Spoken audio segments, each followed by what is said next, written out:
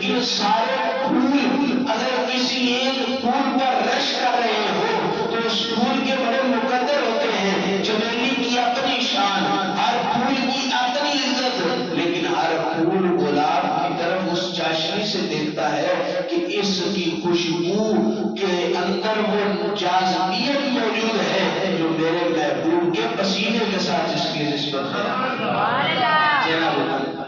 ربی اس بہار کو کہتے ہیں کہ جس کی آرزو ہر بہار کرتی ہے. آپ کو سادہ مثال عرض کروں، ذرا رک رک کے بات اس لیے کر رہا ہوں کہ جمعے کے خطبے کا انداز اور ہوتا ہے اور عام خطابت کا انداز اور ہوا کرتا ہے. جناب من، جمعہ ایک تبلیغ کا رستہ ہے، اجتماعی انسانیت ہے، اجتماعی اسلامی ہے.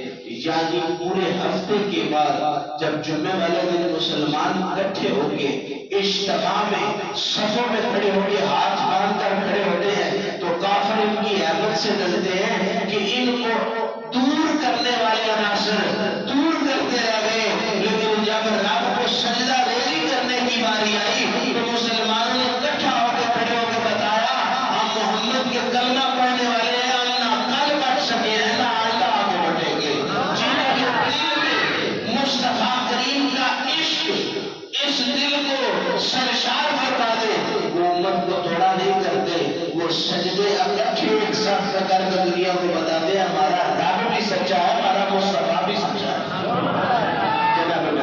ربی بہار کو کہتے ہیں، ایسی بہار جو بہاروں میں ملنے بھی نہ دیکھی ہو. یعنی سادہ مثال عرض کروں، کچھ لوگوں کی 31 اگست کو سالگرہ ہوتی ہے تو یہ ایک ایسی تاریخ ہے کہ 4 سال میں ایک دفعہ آیا کرتی ہے. کچھ ایسی ہمارے کیلنڈر میں طریقے ہیں کہ جو 4 سال میں ایک دفعہ آیا کرتی ہیں. تو جناب وہ جب اپنی برتھ ڈے مناتے ہیں تو وہ 4 سال بعد ایک مناتے ہیں تو بندے بڑے پریشان ہوتے ہیں کہ ہم کس دن پیدا ہوتے ہیں. لوگوں کو تو سال بعد وہ دن آتا ہے، ہمارا 4 سال بعد وہ دن آتا ہے.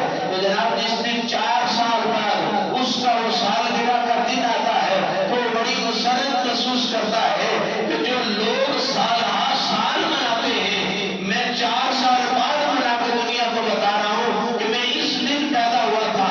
بات سمجھنے کی یہ ہے کہ سال میں ایک دن تو ہوتا ہے جس دن بندہ پیدا ہوا ہوتا ہے، لیکن اس کا وہ دن وہ تاریخ 4 سال بعد آتی ہے. تو یعنی کوئی ایسے دن ہوتے ہیں جو دنوں میں بھی ترس جانے والے ہوتے ہیں. تو میں عشق سے کہتا ہوں کہ ایسی بہاریں بھی ہوتی ہیں جن کے لیے بہاریں بھی ترستی ہیں. تو جناب جب اس بہار کا پتہ معلوم کرے تو بندے کو پتہ چلتا ہے وہ بہار آمینہ کے بیڑے میں آئی ہے، وہ بہار زہرا کے بابا کی ہے، وہ بہار عبداللہ کے چاند کی ہے.